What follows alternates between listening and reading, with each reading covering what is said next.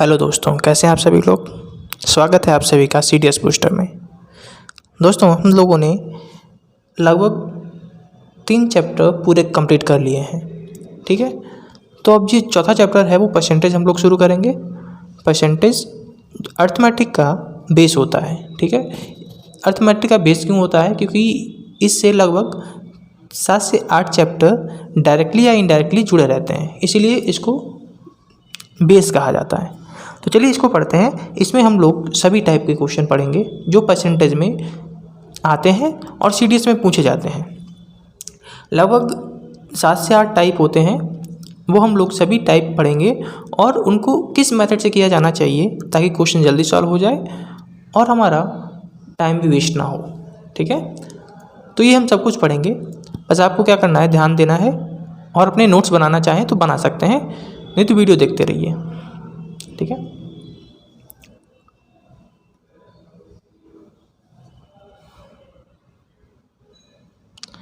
देखिए शुरू करने से पहले हम कुछ आपको इसके बेसिक्स बता देते हैं।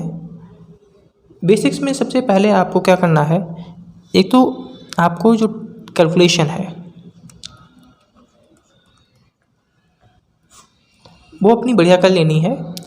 आपको इस तरीके से नहीं करना, जैसे हमें निकालना है 20%, मान लेते हैं 20 का निकालना है। ठीक है, 20 का 20% निकालना है तो हम ये नहीं करेंगे 20 × 20/100, डायरेक्ट करेंगे कि 20 का 20% मीन्स 4। ओके, तो इस तरीके से हम लोग करेंगे। तो आप एक टेबल बना लीजिए और इसकी प्रैक्टिस कर लीजिएगा। जैसे कि हम नंबर ले लेते हैं कुछ, एक 2400 ले लेते हैं, 120 ले लेते हैं, 40 ले लेते हैं और 2 ले लेते हैं। ठीक है, इसका अगर हमें 10% निकालना है, इन सभी नंबर्स का हमें 20% निकालना है, इन सभी नंबर्स का हमें 5% निकालना है, 15% निकालना है, 1% निकालना है और 11% निकालना है। ठीक है, देखिए जैसे मुझे 2400 का 10% निकालना है तो हम डायरेक्ट करेंगे कि 2400 का 10% कितना हो जाएगा, 240 हो जाएगा। अगर 10% हमारा 240 हो गया तो 20% कितना हो जाएगा, 2 से इसमें मल्टीप्लाई कर दीजिए। 10% निकाला, 10% का दुगना 20% होता है तो 2 से मल्टीप्लाई कर दीजिए, 24 दूना 48 यानी कि 480। 5% का मतलब आधा, 10% हमने निकाला 240, उसका आधा कर दीजिए 120। अब हमें पता है कि हमने 5% निकाल लिया, हमें 15 निकालना है तो 5 का 3 गुना है यानी 3 टाइम्स है तो 12 × 3 = 36 यानी कि 360। 1% निकालना है तो 1% डायरेक्टली 24 है। 11% निकालना है, हम लोगों ने 10% निकाला है 240, उसमें 1% जोड़ दो, 240 + 24 264 हो गया। तो इस तरीके से हम लोग निकालेंगे। इसी प्रकार 120 का 12, ये 24, 6, 18, 1.2, 13.2। ठीक है, इसी तरीके से 40 का 10% निकालेंगे। 40 का 10% 4, 28, 5 हो जाएगा इसका 2, 15 हो जाएगा 6, 1 हो जाएगा 0.4, 11% हो जाएगा 4.4। इसका अगर हम 2% निकालें, 2 का 10% तो 0.0,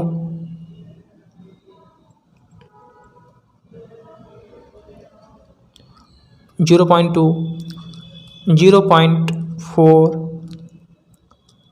0.1, 0.3, 0.2, 0.22। इसी तरीके से आप और भी नंबर लेकर इनकी प्रैक्टिस कर सकते हैं। एक टेबल आपको और याद रखनी पड़ेगी, वो आपके बहुत काम आएगी। ठीक है, वो होती है फ्रैक्शन की वैल्यू। ठीक है, परसेंटेज दिया होगा उसको फ्रैक्शन या फ्रैक्शन दिया गया है तो उसकी परसेंटेज वैल्यू आपको याद होनी चाहिए। जैसे 1/2, तो 1/2 को हम 50% कहते हैं। 1/3 को हम 1/3% कहते हैं। इस टेबल को नोट कर लीजिए, आपके बहुत काम आएगी। 1/4% को हम लोग 25% कहते हैं। 1/5 को 20% कहते हैं। 1/6 को 16 राइट 2/3% और 16.7 भी कहते हैं। इसके बाद 1/7 को 14 राइट 2/7 और 14.2% भी कहते हैं। 1/8 को 12.5% कहेंगे। 1/9 को 11 राइट 1/9% कहेंगे।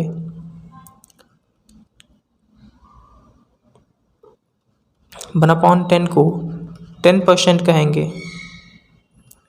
1/11 को 9 राइट 1/11 कहेंगे, या इसे हम कह सकते हैं 9.09%।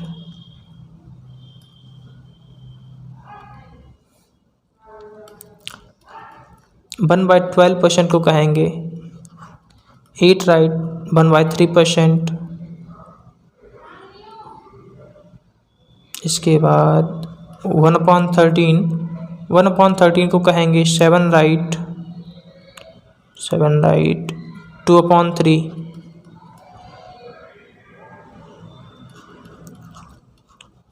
1/14 को कहेंगे 7 राइट 1/7%। 1/15 को कहेंगे 6 राइट 2/3% और 6.67%।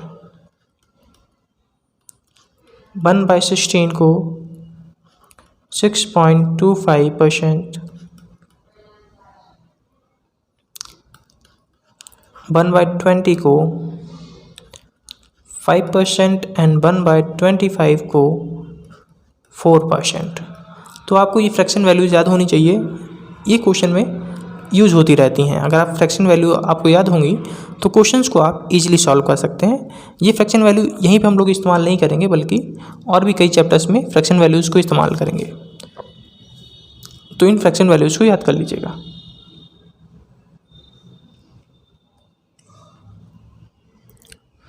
अब चलिए क्वेश्चन की तरफ मूव करते हैं। सबसे पहला क्वेश्चन है what percentage of J is M.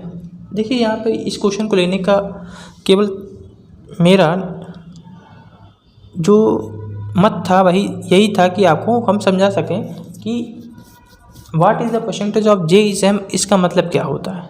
देखिए what percentage of J is M, इसका सीधा सा मतलब है कि एम का परसेंटेज पूछा गया है जे की रेस्पेक्ट में,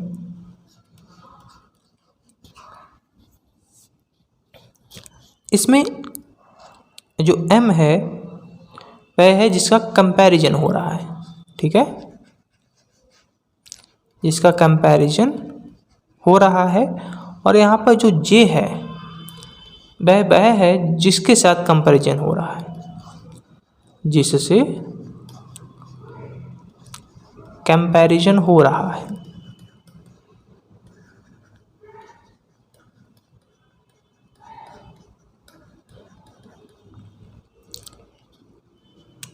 ठीक है, अब चलिए बस इतना बेसिक था।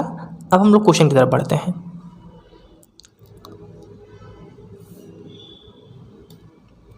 देखिए पहला प्रश्न है कि the ratio of a number of boys and girls in A school is 3:2। If 20% of boys and 40% of girls left the school next year, by what percent the number of students would decrease. इसमें कह रहा है कि एक विद्यालय में छात्रों व छात्राओं की संख्या का अनुपात 3:2 है। यदि अगले वर्ष 20% छात्र व 40% छात्राएं विद्यालय छोड़ दें तो विद्यार्थी की संख्या में कितने प्रतिशत की कमी होगी। ठीक है, तो सबसे पहले हम लोग देख लेते हैं कि हमारा जो बॉयज़ गर्ल का रेशियो है वह 3:2 है। हम इसमें 0 बढ़ा लेते हैं ताकि कैलकुलेशन हमारी आसान हो जाए। देखो, जो रेशियो होता है उसमें आप किसी नंबर से मल्टीप्लाई कर सकते हैं, किसी भी नंबर से डिवाइड कर सकते हैं, बस आप उसमें कुछ ऐड या सब्ट्रैक्ट नहीं कर सकते बिना एक्स लिए। ठीक है, तो अब हमसे कहा गया है कि if 20% of the boys and 40% of the girl left the school. अगर 20% जो गर्ल बॉयज़ हैं वो लेफ़्ट कर रहे हैं, यानी कि 30 का 20% लेफ़्ट करेंगे, 30 का 20% कितना हो जाएगा, 6 हो जाएगा। यानी कि 6 बंदे लेफ़्ट करेंगे स्कूल। 20 का 40% अगर निकालें तो 8 हो जाएगा। ठीक है, यानी कि जो गर्ल्स हैं वो 8 गर्ल्स लेफ़्ट करेंगी। अब टोटल पूछा गया है कि जो बच्चे लेफ़्ट कर रहे हैं उनका परसेंटेज क्या होगा। तो लेफ़्ट करने वाले बच्चे कितने हैं, 6 और 8, 6 8 कितना हो जाएगा, 14 हो जाएगा। टोटल बच्चे कितने हैं, 30 to 20 50। ठीक है, इंटू 100, 2 टाइम्स 14 2 जा 28, तो 28% जो स्टूडेंट्स हैं वो कम हो जाएंगे।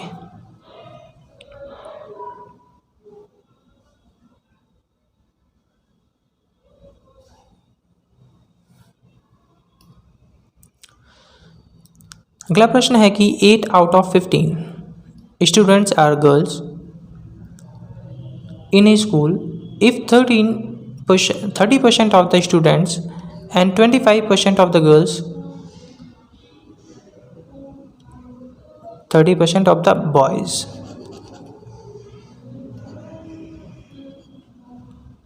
and 25% of the girls increase, then by what percent will there be an increase in the number of students। इसमें कह रहा है कि गर्ल्स और बॉयज़, इसमें तो गर्ल्स का नंबर हमें दिया गया है, गर्ल्स दी गई हैं 8। ठीक है, अगर गर्ल्स 8 हैं, टोटल स्टूडेंट 15 हैं, तो बॉयज़ कितने हो जाएंगे, 7 हो जाएंगे। फिर से हम कैलकुलेशन ईजी करने के लिए इसमें हम 0 बढ़ा लेते हैं। तो 30% of the boys and 25% of the girl increase. अगर हम गर्ल्स का निकालें तो गर्ल्स का कितना है, 25% इंक्रीज हो रहा है। तो अगर हम 80 का 25% निकालें तो ये आ जाएगा 20। ठीक है, आप निकाल सकते हैं कि 80 का 25% इस तरीके से निकाल लीजिए। आप अगर डायरेक्टली नहीं निकाल पा रहे हैं, वैसे हम कहेंगे कि आप डायरेक्टली निकालने की प्रैक्टिस जरूर कीजिएगा। ठीक है, तो 80 का 25% हो जाएगा 20। ठीक है, और 70 का 30% हो जाएगा 21। तो इसमें पूछा गया है कि कितने नंबर ऑफ स्टूडेंट्स इंक्रीज हो जाएंगे। तो 20 ये हो गए, 21 ये हो गए, तो ये 41 टोटल स्टूडेंट्स इंक्रीज हुए। कितने भी इंक्रीज हुए, तो 80 + 70 यानी कि 150 जो स्टूडेंट्स थे उनके ऊपर इंक्रीज हुए, इंटू 100 कैंसिल आउट। तो हमारे पास आ जाएगा 82/3%, यानी कि इतने छात्र छात्राएं इंक्रीज हुई हैं।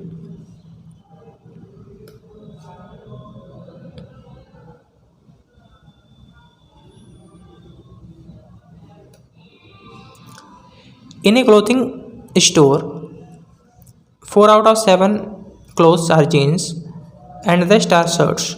20% shirt is bad. If 30% of the clothes in the whole shop are defective, then what percentage of the jeans are defective? देखिए, कपड़ों की एक दुकान है, उसमें 4/7 कपड़े जीन्स हैं, बाकी जो बच जाता है वो शर्ट हैं। 20% शर्ट खराब है। यदि पूरी दुकान में 30% कपड़े खराब हों तो कितने % जीन्स खराब हैं, ये हमसे पूछा गया है। तो सबसे पहले हम शर्ट ले लेते हैं। ये शर्ट हो गया, ये जीन्स हो गया और ये टोटल नंबर हो गया। ठीक है, तो शर्ट हमारे पास सबसे पहले जीन्स देखिए, जीन्स 4 हैं, टोटल हम मान लेते हैं कि 7 हमारे पास कपड़े हैं, जिसमें से जीन्स 4 हैं। अगर 4 जीन्स हैं तो शर्ट 3 हो जाएंगी, टोटल 7 हैं। तो ठीक है, कैलकुलेशन इजी करने के लिए हम इसमें 0 बढ़ा लेते हैं। अब हमसे कहा गया है कि जो शर्ट्स हैं उनका 20% डिफेक्टिव है। अगर हम 30 का 20% निकालेंगे तो 30 का 20% कितना हुआ जाके 6 हुआ जाके। ठीक है, डायरेक्ट 20 नहीं निकाल पा रहे तो 10 निकालिए। 30 का 10% 3, डबल टाइम्स कीजिए, 3 2 6। ठीक है, 30 का 20% 6 हो गया। अब जो टोटल है उसका 30% डिफेक्टिव है, तो टोटल हमारे पास 70 है। 70 का अगर हम 30% निकालें तो 21 टोटल डिफेक्टिव हैं, जिसमें से 6 शर्ट्स डिफेक्टिव हो गई। अगर 6 शर्ट डिफेक्टिव हो गई तो बची हुई जो डिफेक्टिव होंगी वो जीन्स होंगी। तो 21 से अगर 6 घटा दें हम तो 15 आएगा। तो जो 15 है ये डिफेक्टिव जीन्स है। हमसे पूछा गया था कि जीन्स का परसेंटेज कितना है। तो जीन्स देखिए ख़राब है 15, टोटल जीन्स हमारे पास हैं 40, तो डिफेक्टिव जीन्स का परसेंटेज ये हो जाएगा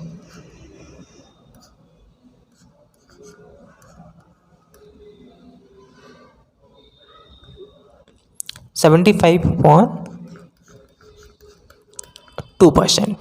ओके,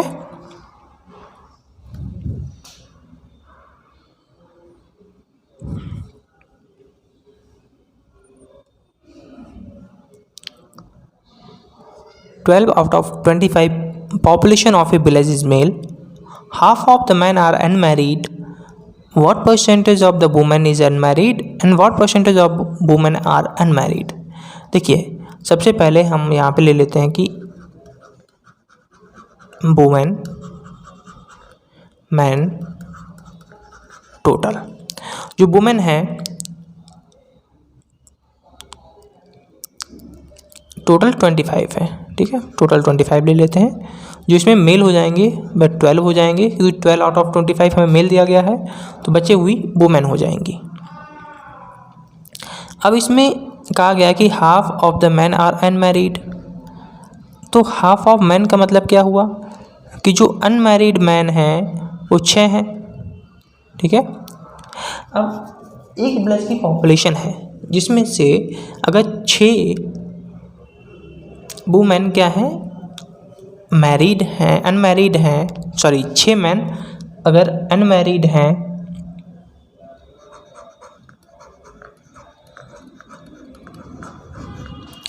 तो मैरिड कितने हो जाएंगे, बचे हुए मैरिड हो जाएंगे। तो अगर 6 मैरिड हैं, सॉरी अनमैरिड हैं, तो 6 ही क्या हो जाएंगे मैरिड हो जाएंगे। अगर आप बताइए कि अगर 6 मैन मैरिड हैं तो 6 वुमेन नहीं मैरिड होंगी क्या? ये कॉमन सेंस वाली बात है कि एक विलेज है, एक विलेज की हम पॉपुलेशन ले रहे हैं, तो अगर 6 मेल मैरिड हैं तो 6 वुमेन भी तो मैरिड होंगी। तो जो अनमैरिड वुमेन हो गई वो 7 हो गई। ठीक है, तो हमसे पूछा गया है कि कितने प्रतिशत जो जनसंख्या है वो अनमैरिड है। तो अनमैरिड हमारे पास 7 6 13 है, टोटल कितनी है 25 × 100, यानी कि 52% हमारे पास पहले वाले का आंसर हो गया कि जो 52% पॉपुलेशन है वो अनमैरिड है। अगर हम दूसरा देखें, हमसे पूछा गया है कि केवल वुमेन का परसेंटेज हमें बताइए कि जो अनमैरिड है। हमारे पास अनमैरिड वुमेन 7 है, टोटल वुमेन 13 है, इंटू 100 करेंगे तो हमारे पास जो वुमेन का परसेंटेज आ जाएगा बस 700/13% आ जाएगा। ठीक है, चलिए अब आगे देखते हैं।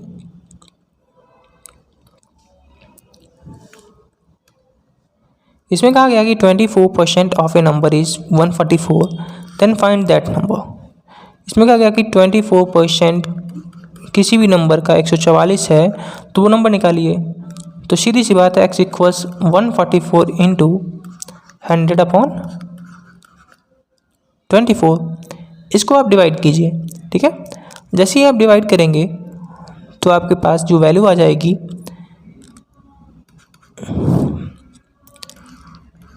वह 600 आ जाएगी, क्योंकि 24 बन जा और 24 6 जा 144 होता है, तो x की वैल्यू 600 आ गई।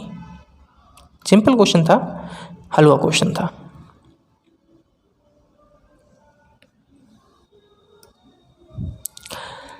अगला क्वेश्चन है कि a man's income at first increase by 10% and later on increase again by 20%, find the total percentage in increase. ध्यान रखिएगा कि ऐसे क्वेश्चन को कैसे किया जाता है कि अगर एक साथ इंक्रीज हो रहा हो या फिर डिक्रीज हो रहा हो, 2 परसेंटेज दिए हुए हों और तीसरा परसेंटेज पूछा जाए, या 3 परसेंटेज दिए गए हों, उनका टोटल परसेंटेज पूछा जाए, तब हम जो लगाते हैं वो क्या करते हैं, हम ये फार्मूला लगाते हैं x + y। ध्यान रखिएगा यहाँ पे प्लस माइनस है। प्लस माइनस का मतलब अगर हमें इंक्रीज हो रहा होगा तो प्लस साइन लेंगे, डिक्रीज हो रहा होगा तो माइनस साइन लेंगे।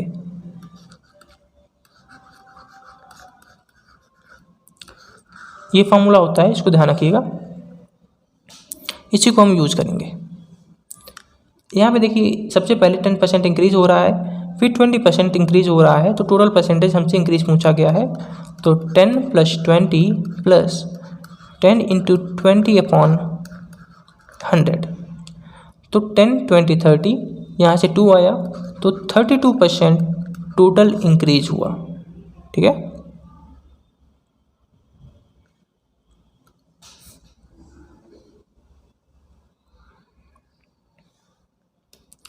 यहाँ पे देखिए जो एक लेंथ और ब्रेथ है रेक्टेंगल की, वो इंक्रीज कर रही 5% और 10% रिस्पेक्टिवली। हमसे पूछा गया है कि how much percentage area increased. हमने भी कहा था कि 2 परसेंटेज दिए जाएँ, तीसरा टोटल पूछा जाए। ठीक है, तो हम क्या करेंगे, वही फार्मूला लगा देंगे x + y + xy/100। तो यहाँ पे लग जाएगा 5 + 10 + 10 5 = 50/100, यानी कि 15.5%।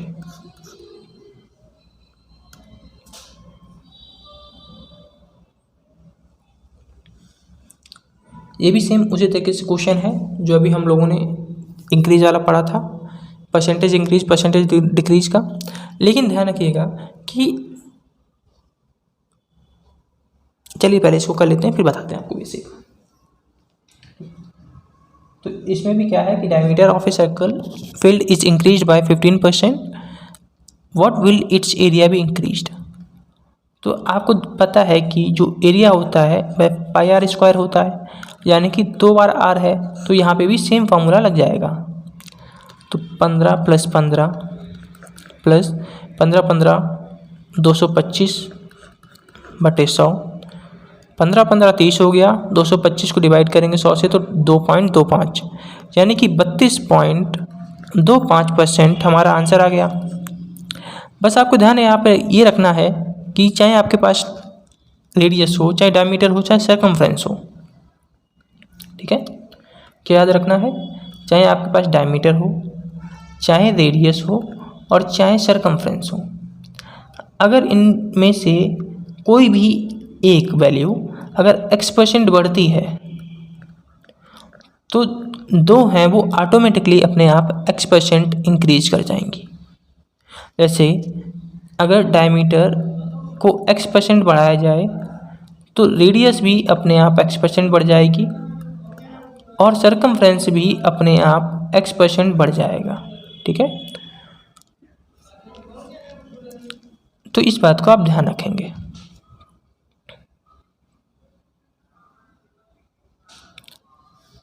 जैसे ये क्वेश्चन देखिए, इसमें कहा गया है कि radius of a cylinder is increase 5% and height is increase 10%, find the percentage increase in the volume of cylinder. आपको वॉल्यूम का जो फॉर्मूला है वो पता होगा, वह क्या होता है सिलेंडर के, वह होता है πr²h। अब πr²h में बताइए कि जो वैल्यू हैं वेरिएबल वैल्यूज़ यानी कि जो चेंज होंगी वो कितनी हैं, 3 है। तो हमें 3 बार इसमें करना पड़ेगा। लेकिन ध्यान रखिएगा, जो हमने तुम्हें आपको फार्मूला बताया है उसमें केवल हमने 2 वैल्यूज़ को एक साथ लेना बताया है, ठीक है। तो यहाँ पे 3 वैल्यू आ गई, तो हम क्या करेंगे, 3 वैल्यू तो आ गई, लेकिन हम इसी को यूज़ करेंगे और क्या करेंगे कि हम इसे दोबारा में लगाएंगे। देखिए दोबारा में कैसे लगाते हैं। सबसे पहले एक बार 5 इंक्रीज हुआ, फिर 5 इंक्रीज हुआ,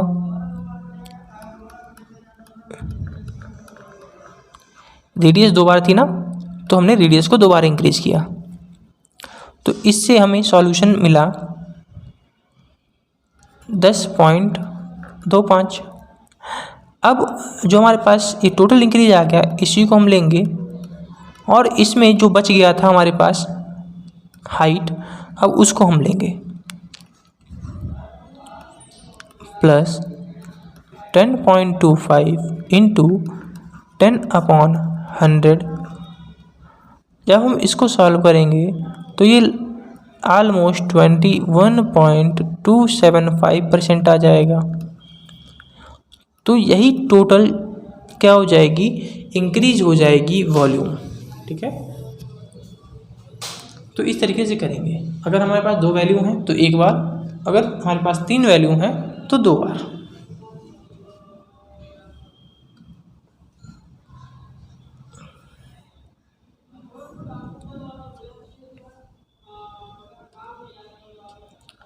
इलेवेंथ क्वेश्चन है कि Gopal spends 30% of his annual income on grocery and 40% of remaining on travel. After this he is spent 25% of remained income on education. If his annual income is 2 lakh, find his annual saving. देखिए गोपाल है, गोपाल क्या कर रहा है, अपनी 30% annual income को grocery के ऊपर ख़त्म कर दे रहा है, फिर जो बचा हिस्सा है उसका 40% वो ट्रेवल के ऊपर खर्च कर दे रहा है, और after this he spends 25% of remained income on education. अब जो खर्च करने के बाद बच गया उसका 25% वो एजुकेशन के ऊपर खर्च कर रहा है।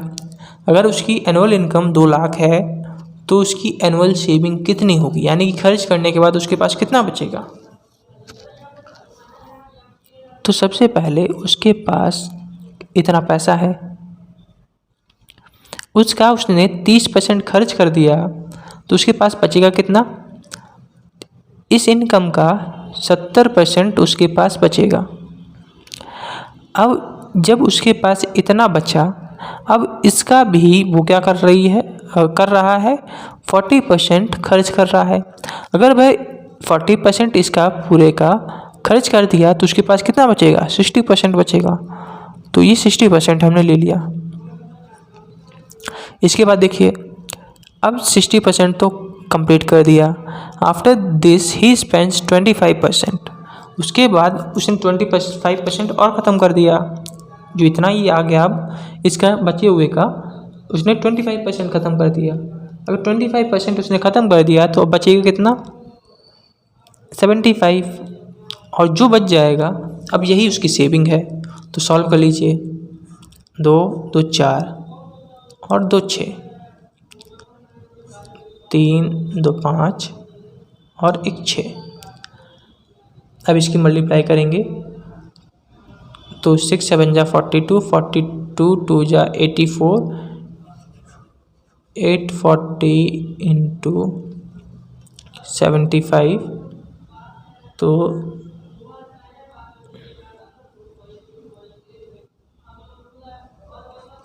ये हो जाएगा 63।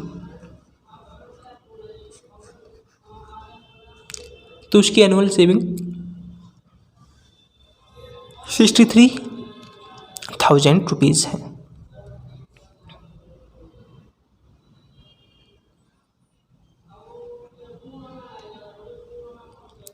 A man spends 80% of his earning. His income is increased by 20% and his expenses by 10%. Then why what percent are his saving increased? देखिए, सबसे पहले मान लेते हैं कि उसकी जो शुरुआत में इनकम थी 100% थी, उसमें से वो 80% अपना हिस्सा ख़त्म कर दे रहा था, ठीक है। 100% उसकी इनकम थी, 80% वो अपनी इनकम को खर्च कर दे रहा था। अब कहा जा रहा है कि उससे अगर इनकम 20% बढ़ जाए, यानी कि 100 से 20%, 100 का 20% 20, यानी कि 120 हो जाए, ठीक है। अगर अब उसकी 120 इनकम हो गई है और उसका एक्सपेंस कितना बढ़ गया है, 10% बढ़ गया है। पहले 80 था, अब 80 का 10% और बढ़ा दें तो 80 का 10% कितना हुआ, 8 हुआ, और 80 में 8 जोड़ देंगे तो 88 हो जाएगा। यानी कि पहले वो 80 रुपये खर्च करता था, तो वो कितने खर्च करेगा, 88 खर्च करेगा। अब उसकी जो एक्सपेंसेस हैं उसमें इंक्रीज अगर देखें तो इंक्रीज कितना हो जाएगा,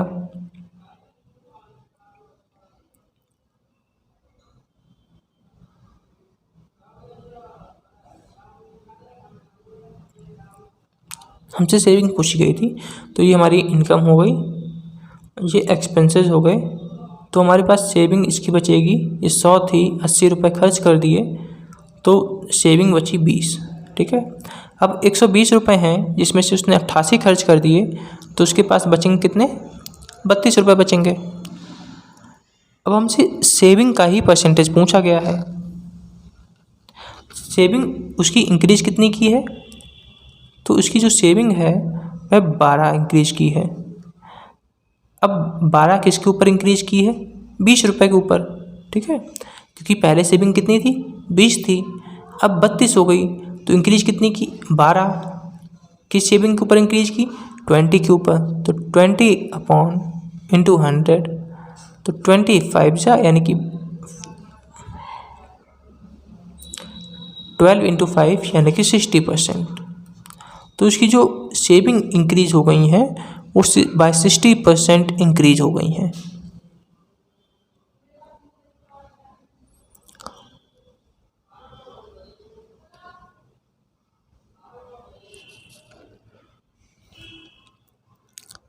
A mixture of 15 liter contains 40% sugar.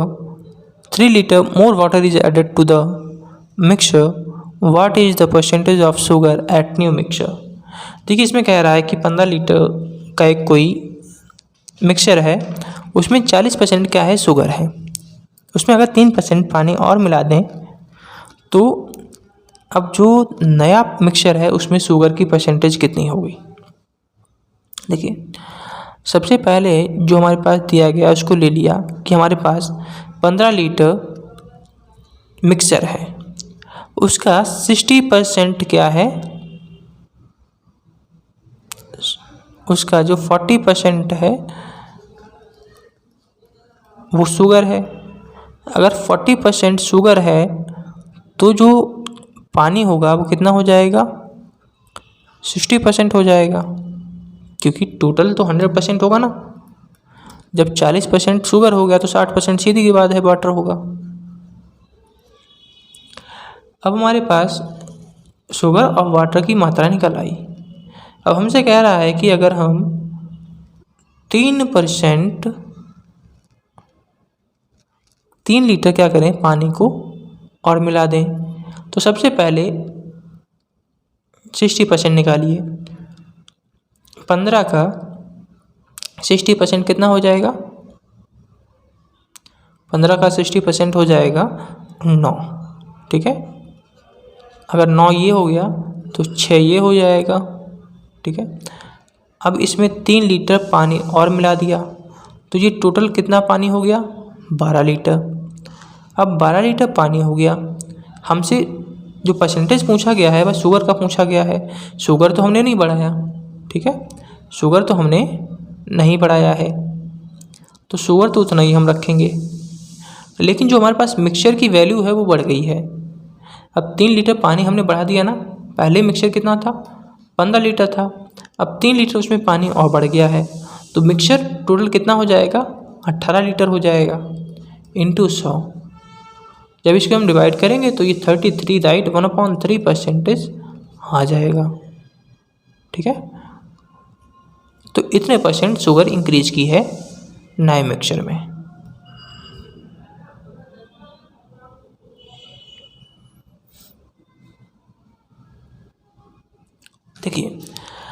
there is 25% alcohol in 40 liter of mixture of alcohol and water. How much alcohol will reduce to be 20%?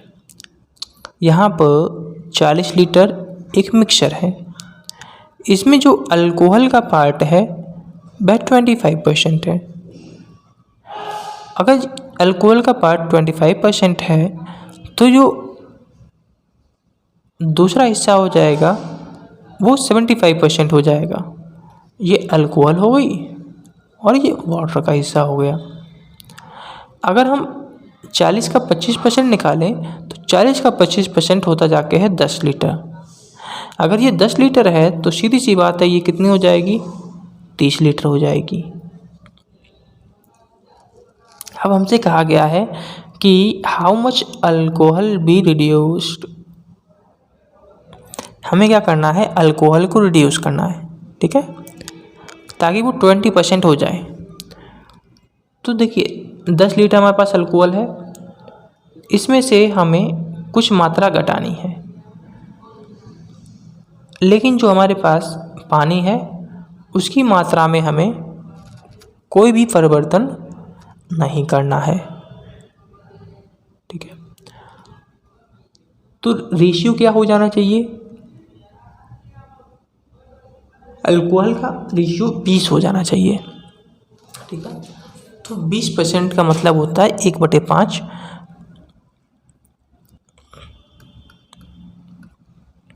तो जो रेशियो हो जाएगा, एक हिस्सा उसमें वो कह रहा है कि अल्कोहल होना चाहिए तो 4 हिस्सा पानी का होना चाहिए, ठीक है।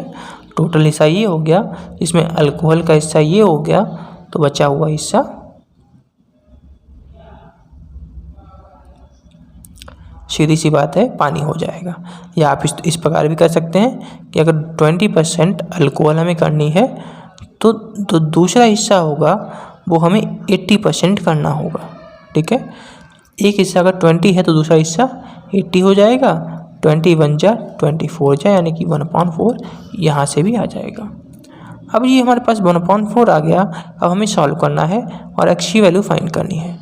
तो 10 4 जा 40, 10 4 जा 40, 30 1 जा 30, डिफरेंस 10, यानी कि जो x की वैल्यू हमारे पास आई 4x की, वह 10 आ गई।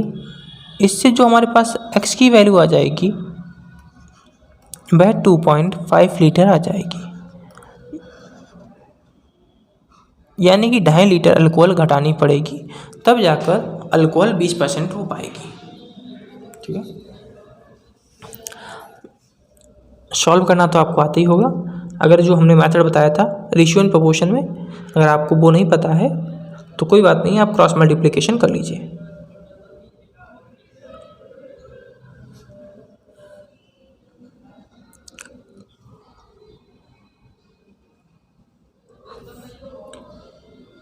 देखिए, इन 25 grams of a mixture of 2 metals, first metal is 40%, how much will second metal reduce that it be 50%। इसमें कह रहा है कि 25 ग्राम एक हमारे पास मेटल है, उसका 40% पहला मेटल है। अगर पहला मेटल 40% है तो दूसरा मेटल कितना हो जाएगा, 60% हो जाएगा, ठीक है। अगर हम 25 का 40% निकालें तो ये 10 ग्राम होता है। अगर ये 10 ग्राम हो गया तो बचा हुआ 15 ग्राम बी हो जाएगा।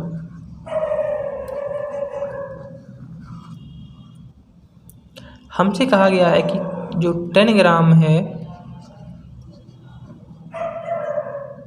उससे कुछ नहीं घटाना है, हमें फर्स्ट मेटल से कुछ नहीं घटाना है, बल्कि घटाना किससे है, सेकंड मेटल से घटाना है। और उसमें से इतना घटाना है कि जो रेशियो है वह 50 रेशियो में चला जाए, यानी कि 50/50 में।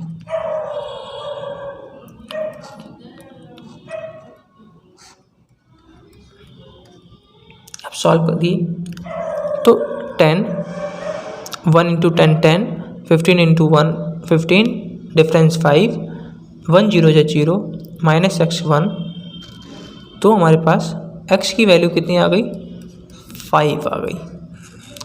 और यही हमारा क्या हो जाएगा, आंसर हो जाएगा। अगर आपको नहीं आता है ये वाला डायरेक्ट करना तो इस तरीके से क्रॉस मल्टीप्लाई कीजिए।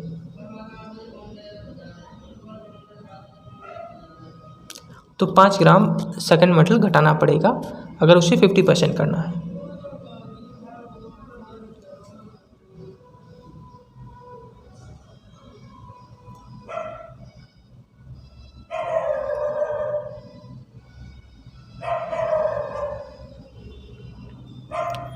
इन an election there were 2 candidates. एक इलेक्शन हो रहा है, उसमें 2 कैंडिडेट हैं। Winning candidate secured 65% and won election by 900 votes. Find the number of vote casted. इसमें 2 कैंडिडेट हैं। देखिए, सबसे पहले आपको इसको सॉल्व करते समय ध्यान रखनी होगी कि हमेशा जो वोट पढ़ते हैं वो 100% ही पढ़ेंगे। अब 100% वोट पड़ गए, उसमें से जो विनिंग कैंडिडेट है उसने सिक्योर किया 65%। अगर विनिंग कैंडिडेट ने 65% सिक्योर किया है तो लूजर होगा, यानी कि जो हार गया होगा, उसने कितने सिक्योर किए होंगे, 35% सिक्योर किया होगा। अब जो कह रहा है कि जो विनर है उसने जीता कितना है, 900 वोट से। वो जीता 900 वोट से, यानी कि इससे इसने 900 वोट ज़्यादा पाए हैं, यानी कि इसका ये डिफरेंस हमें दिया गया है। तो 65 से 35 घटाएंगे तो हमारे पास 30 आएगा, यानी कि जो 30 की वैल्यू है वो 900 है। इससे हम एक की वैल्यू निकाल सकते हैं, एक की वैल्यू हमारे पास 30 आ जाएगी, ठीक है। लेकिन हमसे टोटल नंबर ऑफ वोट्स पूछा गया है, यानी टोटल हमने कितना माना था, 100 माना था, तो हमें 100 निकालना पड़ेगा। तो 100% की वैल्यू कितनी हो जाएगी, 30 × 100, यानी कि 3000 वोट टोटल पड़े। तो देखिए ना, ये वोट वाले क्वेश्चन कितने सरल होते हैं। लोग कहते हैं कि इलेक्शन वाले क्वेश्चन कठिन होते हैं, बस तरीके से कीजिए। वो क्या करेगा, आपको लैंग्वेज में भटकाने की कोशिश करेगा।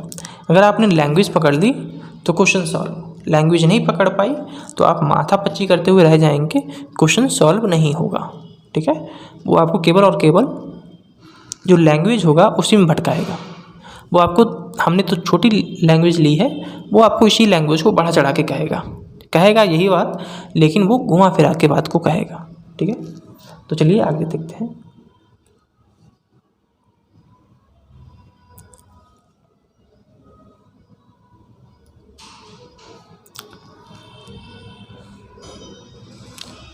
There were 3 candidates in an election. Winner candidate got 45% and third ranker got 25% of total votes. If second rank was defeated by 4500 votes, then how many voters casted their vote?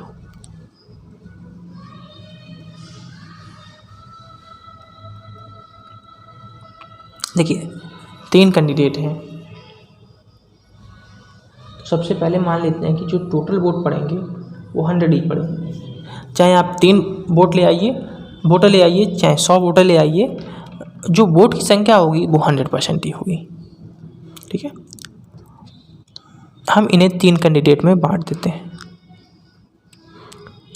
पहला, दूसरा, तीसरा voter. 3 voter हो गए। अब 3 voter में जब हमने बांट दिया तो पहले जो वोटर है, दूसरा वोटर है और तीसरा है। जो बिना कैंडिडेट है, मान लेते हैं कि बिना कैंडिडेट ये वाला है, इसने सिक्योर किए 45%। जो थर्ड रैंकर है उसने 25 स्कोर किया। तो अब सीधी सी बात है, जो बचेगा वो सेकंड रैंकर सिक्योर करेगा। 45 25 हो जाता है 70, अगर 70 पहले तीसरे ने सिक्योर कर लिए हैं तो बचे हुए वोट किसको मिले होंगे? सेकंड रैंकर को मिले होंगे। अब जो विनर है वो सेकंड रैंकर को 4500 वोटों से हराता है। उसका ये कहने का मतलब क्या है? 4500 वोटों से हराता है कि जो विनर है और सेकंड नंबर पे जो आया है उसके बीच में जो वोटों का अंतर है, ठीक है, वो 15% है और 15% की वैल्यू हमें दी गई है 4500। हमें 100% की वैल्यू निकालनी है। तो 15% का अगर 4500 है तो 1% की वैल्यू 300 हो जाएगी और 300 इंटू 100 कर देंगे तो हमारे पास 30,000 टोटल वोट आ जाएंगे।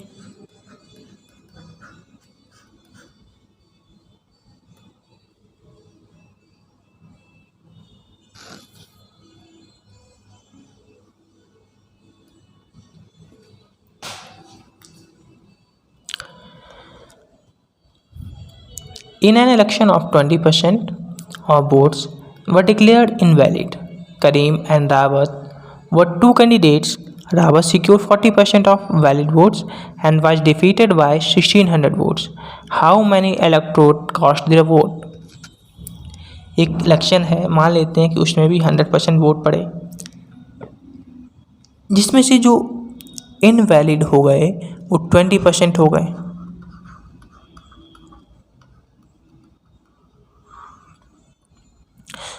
तो वैलिड कितने हो जाएंगे? जो बचे हुए होंगे वही तो वैलिड हो जाएंगे। अगर 20% इनवैलिड हो गए तो बचे हुए कितने हैं? 80%। तो 80% क्या हो जाएंगे? वैलिड हो जाएंगे। अब वैलिड वोटों का रावत ने 40% सिक्योर किया है।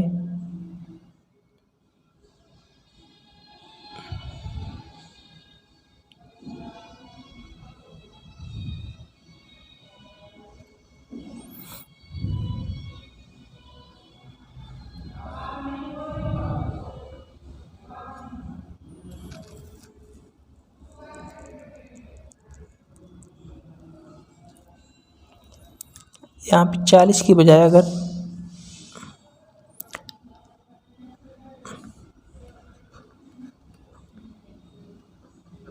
32% कर लीजिए, 32% तो कैलकुलेशन पॉइंट में नहीं जाएगी। अगर ये 32% इसने सिक्योर किया है तो जो करीम है वो कितना सिक्योर करेगा?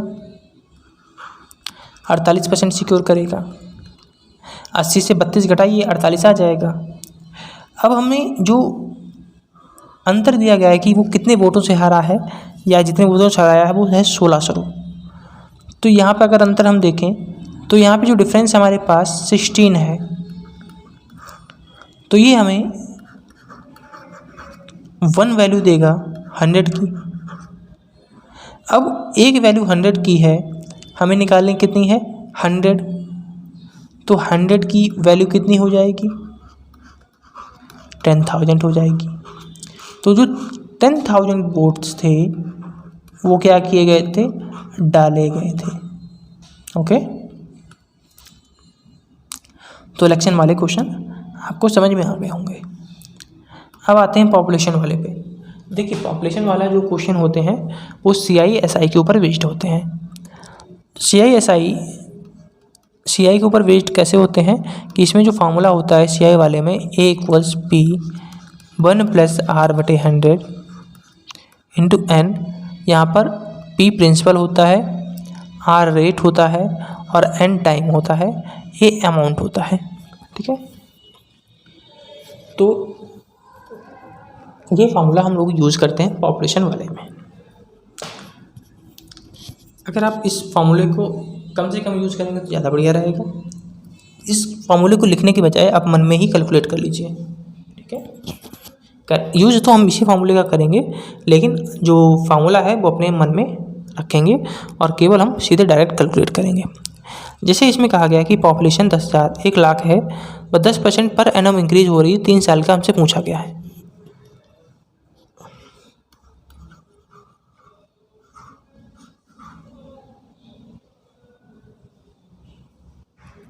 ठीक है। अगर 10% इंक्रीज कर रही है तो देखिए टोटल अगर 100 मान लेते हैं कि 100% उसकी क्या है पॉपुलेशन है, अगर 100% है 10% इंक्रीज की तो कितनी हो जाएगी 110 हो जाएगी 100 के ऊपर, ठीक है।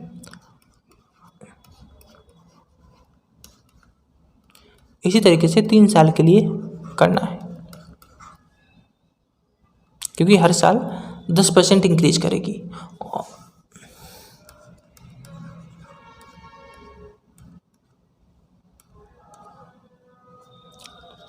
तो हमारे पास 1 0 2 0 3 0 1 2 3। अब 11 का क्यूब कितना होता है 1331 होता है। 1331 में 100 की मल्टीप्लाई करेंगे तो 1331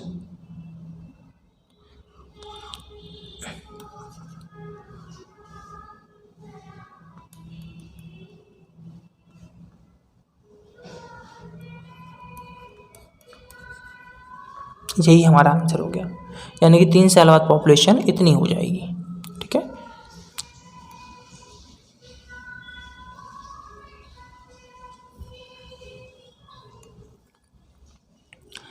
A village population is 40,000. It increases 5% per annum. How much will it be after 2 and 3/5 years? तो यहाँ पर भी हम सेम वही यूज़ करेंगे। देखिए 5% का मतलब क्या होता है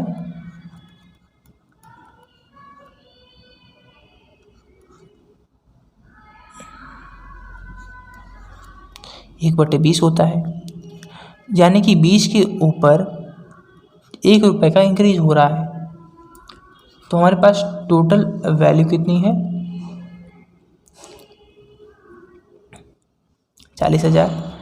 इसमें इंक्रीज कितना कर रहा है 21/20।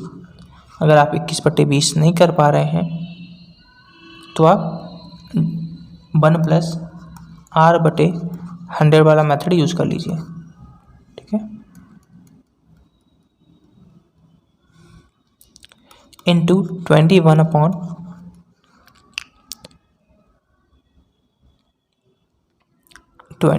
ठीक है। अब इतना तो हो गया। अब हमारे पास 2 साल हो गया, लेकिन ये बचा हमारे पास।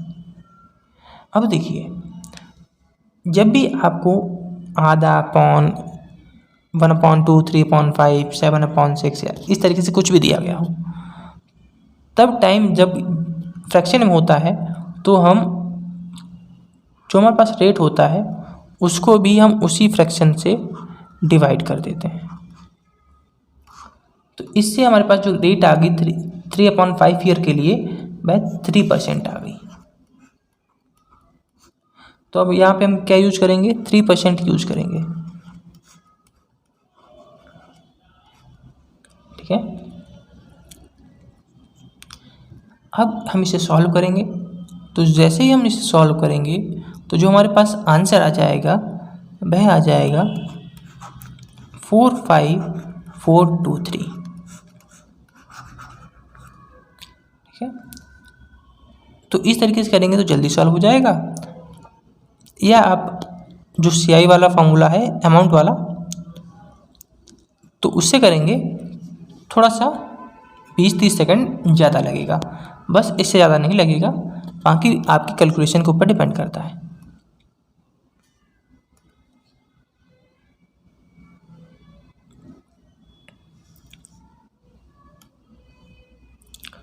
%80 of a number is equal to 50% of another number.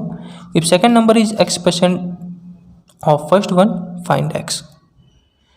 इसमें कहा गया है कि 80% A का 50% है B का, ठीक है। 80% A 50% B के बराबर है, तो आप X की वैल्यू फाइंड कीजिए। अगर जो सेकंड वैल्यू है यानी कि B है, हमने फर्स्ट वैल्यू को A मान लिया है, सेकंड वैल्यू को B, तो जो B है वह अगर A का X% है, ठीक है। तो यहाँ से A/B का रेशियो हमारे पास 5/8 आ गया। अब दूसरा जो पॉइंट हमसे कहा गया है वह कहा गया है कि जो B है वह A का x% है, तो b हमने निकाला 8, a निकाला है 5, x इंटू 100, इससे 5 एकन 5 दूना, x इक्वल्स आ गया 160। तो 160 इज आवर आंसर।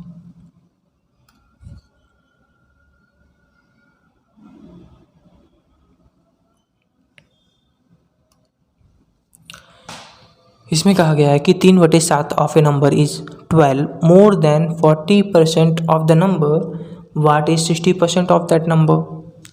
इसमें कहा गया है कि किसी भी नंबर का, नंबर मान लेते हैं x है, उसका 3/7 ज़्यादा है उसी नंबर के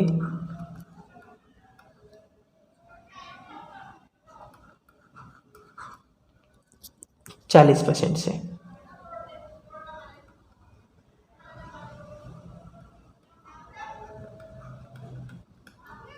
ठीक है, अगर हम इसे सॉल्व करें तो सॉल्व करने पे हमें x की वैल्यू प्राप्त हो जाएगी 420। लेकिन हमें 420 नहीं पूछा गया है, हमसे 420 का 60% पूछा गया है। तो 420 का 60% कितना हो जाएगा?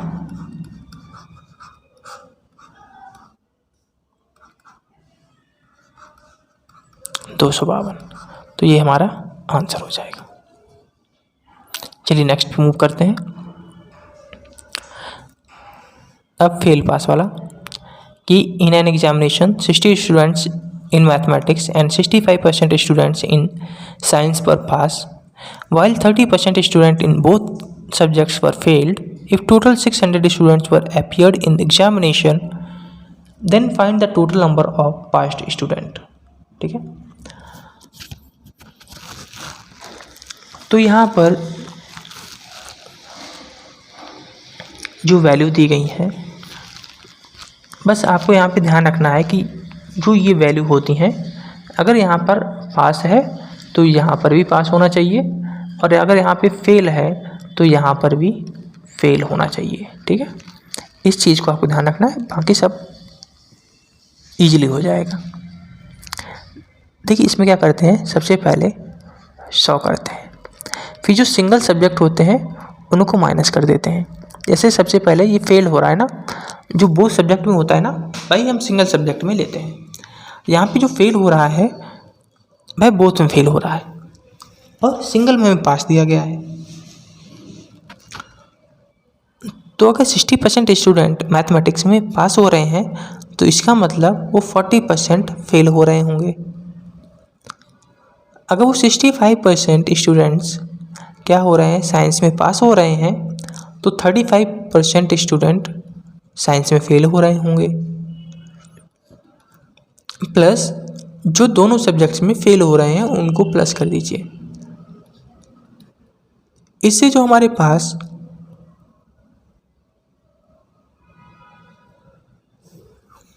वैल्यू आएगी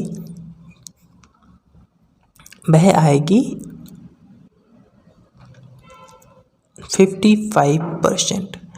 तो इतने स्टूडेंट्स क्या हुए हैं, पास हुए हैं। देखिए टोटल 100 थे, अगर 100 से हम फेल माइनस कर दें तो हमारे पास क्या बचेगा, पास बचेगा ना, सीधी सी बात है। जब हम जो हमारे पास टोटल है, टोटल से अगर हम फेल माइनस करते हैं तो पास बचेगा। तो पास 55% बचा, और जो टोटल स्टूडेंट्स हैं वो 600 थे। तो नंबर ऑफ पास्ट स्टूडेंट पूछा गया है, तो 600 का जो 55% है वह हो जाएगा 330।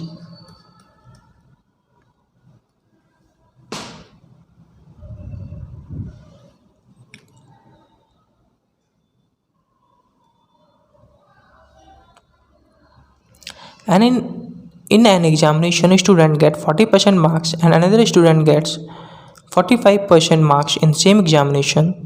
Thus, they get 35 and 60 marks more than the passing marks. Find the maximum marks. इसमें आप थोड़ा सा दिमाग लगाइए। क्या करिए, आप इस क्वेश्चन को पुश कीजिए और थोड़ी देर वीडियो को पुश कर जो क्वेश्चन है अपने आप लगाने की कोशिश कीजिए। अगर आपने इसे लगा लिया तो समझ लीजिए कि आप ऐसे क्वेश्चंस को आसानी से सॉल्व कर लेंगे। अगर नहीं लगा पा रहे हैं तो देखिए और फिर इसके बाद प्रैक्टिस कीजिएगा। देखिए यहाँ पे कहा गया है कि in an examination a student gets 40% marks. एक ने 40% मार्क्स स्कोर किए हैं, ठीक है, और जो दूसरे ने स्कोर किए हैं वह 45% मार्क्स स्कोर किए हैं। लेकिन जो ए है, पहला बंदा है, उसे 35 मार्क्स मिले हैं ज़्यादा, ठीक है, पासिंग मार्क्स से उसे 35 ज़्यादा मिले हैं। और जो दूसरा बंदा है उसे 60 मार्क्स ज़्यादा मिले हैं। अगर हम जो मिले मार्क्स हैं उसमें से 35 और 60 माइनस कर दें तो आप क्या सोच सकते हैं कि क्या हो जाएगा? तो ये दोनों ही नंबर आपस में बराबर हो जाएंगे, क्योंकि अब दोनों ही पासिंग लाइन पे पहुंच गए हैं। पहले तो अलग अलग नंबर थे, लेकिन जैसे ही हमने जो उनकी पासिंग मार्क्स से ज़्यादा नंबर मिले थे वो उनसे घटा दिए तो जो मार्क्स अब आए हैं मतलब सामने वो इक्वल है। तो अब करना क्या है, 45 से 40 जाएगा, 5% ऑफ एक्स। ऑफ एक्स का मतलब यहाँ पे 40% किसका लिया था, टोटल नंबर्स का लिया था। टोटल हम एक्स मान लिए हैं तो 60 इधर आके प्लस में हो जाएगा, तो 60 माइनस 35 ये हो जाएगा 25, ठीक है। तो 5% ऑफ एक्स का मतलब हो गया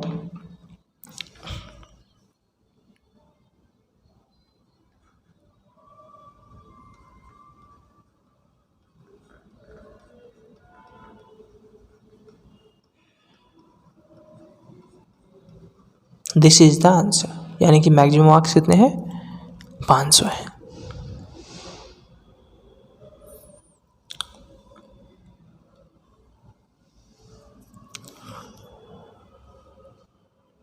देखो यहाँ पे कह रहा है कि जो सीना है, सीना को 40% मार्क्स मिले और वह 56 मार्क्स ज़्यादा है पासिंग मार्क्स से। गीता को 30% मार्क्स मिले और वो फेल हो गई 24 मार्क्स से। तो बताओ कि मैक्सिमम मार्क्स कितने थे। इस बात का ध्यान रखना कि सेम एग्जामिनेशन होना चाहिए। अगर सेम एग्जामिनेशन नहीं है तो गड़बड़ हो जाएगा, इस बात को ध्यान रखिएगा। वैसे 99% वो सेम एग्ज़ाम ही देते हैं, वो फंसाने की कोशिश इतनी ज़्यादा नहीं करते हैं। तो देखिए 40% ऑफ एक्स, 56 मार्क्स उससे ज़्यादा मिले हैं पासिंग से, तो उनको घटा दो। दूसरा है उसे 30% मार्क्स मिले हैं टोटल के और वह 24 मार्क्स से फेल हो गया है, तो अगर हम इसमें 24 मार्क्स जोड़ दें तो ये पास हो जाएगा, और इसे जो ज़्यादा मार्क्स मिले हैं वो घटा दें तो ये भी पासिंग मार्क्स से पहुंच जाएगा। तो अब दोनों आपस में बराबर हो गए। अब इसको सॉल्व करेंगे तो 40 से 30 जाएगा 10% ऑफ एक्स बराबर 56 + 24, तो ये जाएगा 80। तो x की वैल्यू हमें निकालनी है, तो x की वैल्यू हो जाएगी 80/10 × 100, यानी कि 800।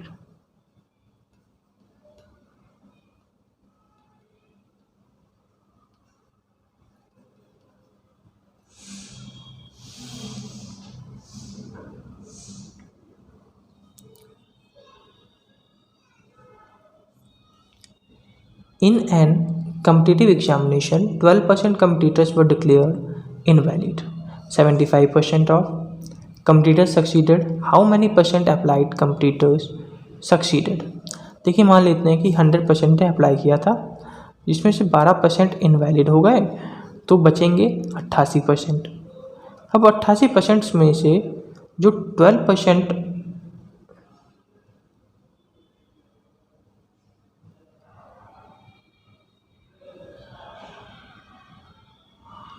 जो 12% की जगह 30% कर लीजिए, ठीक है। जो 13% है वो कंप्लीटर सक्सीड कर गए। नहीं ये रुक जाइए, ठीक है, इसको ऐसे रहने दीजिए। 12% इनवैलिड हो गए। अब 88% में से जो 75% वैलिड कंप्लीटर्स हैं वो सक्सीड कर जाते हैं, लेकिन बचे हुए सक्सीड नहीं कर पाते हैं। तो बचे कितने? 13% ऐसे हैं जो सक्सीड नहीं कर पाते हैं। अब हमसे पूछा गया है कि how many percent applied completers succeed.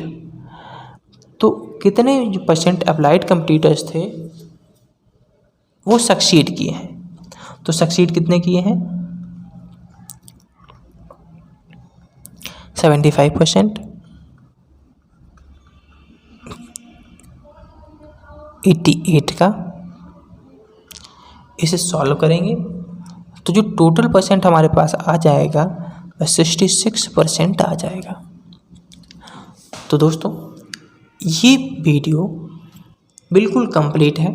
इसमें लगभग हमने सभी टाइप के जो परसेंटेज में क्वेश्चन पूछे जाते हैं उनको कवर किया है। अगर आपको समझ में नहीं आया है तो हमें कमेंट करके ज़रूर बताइएगा। अगर समझ में आया तो भी कमेंट करके ज़रूर बताइएगा ताकि हमको अप्रिशिएशन मिल सके। ठीक है दोस्तों, तो मिलते हैं नए वीडियो के साथ। तब तक के लिए जय हिंद, जय भारत। और अगर आपने हमारे जो टेलीग्राम चैनल है उसको सब्सक्राइब नहीं किया है तो उसको ज्वाइन कर लीजिए। और हमारे अगर इंस्टाग्राम पेज को ज्वाइन नहीं किया है तो उसको भी ज्वाइन कर लीजिए। वहाँ पर आपको प्रीवियस ईयर के क्वेश्चंस ट्रिक के साथ सॉल्यूशन मिलता है। ठीक है, तो चलिए मिलते हैं नए वीडियो के साथ। तब तक के लिए धन्यवाद।